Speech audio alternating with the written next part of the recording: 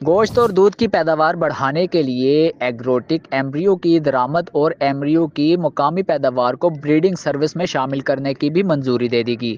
Punjab animal health regulations 2024 کی بھی منظوری دے دی گئی۔ University of veterinary and animal sciences Lahore اور university of veterinary and animal sciences Bahawalpur کے لیے وائس چانسلر سرچ کمیٹی کی منظوری دے دی گئی۔ University of veterinary and animal sciences Lahore میں مزید ڈسپلن متعارف کرانے پر اتفاق۔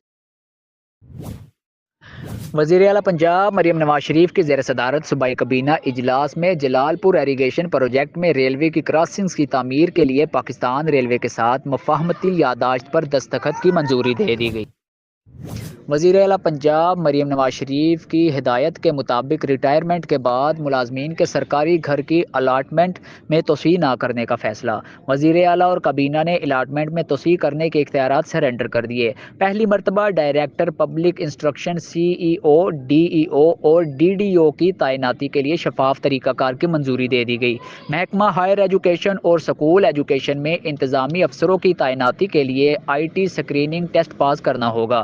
تحریری امتحان اور انٹرویو کے بعد امیدوار کو نفسیاتی ٹیسٹ بھی پاس کرنا ہوگا۔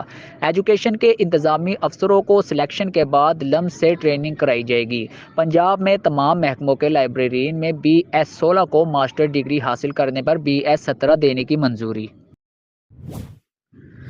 بنیادی مراکز صحت، دیہی مراکز صحت اور بعض تحصیل ہیڈ کوارٹر ہسپتال پر ڈاکٹروں کے الاؤنس میں اضافہ کی منظوری بھی دے دی گئی۔ ڈاکٹرز کو نائٹس ڈیوٹی پر 7,000، 7,500 اور 8,000 تک نائٹ الاؤنس ملے گا۔ دور دراز علاقوں میں تعینات ڈاکٹرز کے لیے روزانہ کی بنیاد پر 1,000 روپے پیٹرول الاؤنس دینے پر اتفاق۔ وزیر اعلیٰ پنجاب مریم نواز شریف کی زیر صدارت صوبائی کابینہ اجلاس میں TB ہسپتال سرگودا، جوبلی فیمیل ہسپتال بہاولپور اور مزنگ ہسپتال لاہور کا انتظام منتقل کرنے کی ہدایت۔ داتا دربار آئی ہسپتال کا انتظام دوبارہ پرائمری اینڈ سیکنڈری ہیلتھ کے سپرد کر دیا گیا۔ وزیر اعلیٰ پنجاب مریم نواز شریف کی ہدایت کے مطابق 8 ممالک کے اوورسیز پاکستانیوں کو جائیداد کی منتقلی کے لیے اور دیگر ریونیو سروس کے لیے رجسٹریشن ایکٹ 1908 میں ترامیم کی منظوری دے دی گئی۔ چنگچی اور دوسرے رکشوں کو بتدریج متبادل ماحول دوست ٹرانسپورٹ پر منتقل کرنے پر اتفاق۔ یتیم طلبہ کو الیکٹرک بائک دینے کے لیے طریقہ کار کی بھی منظوری دے دی گئی۔ وزیر اعلیٰ پنجاب مریم نواز شریف کی یتیم طلبہ و طالبات کو الیکٹرک بائک دینے کے لیے پروسیس جلد مکمل کرنے کی ہدایت۔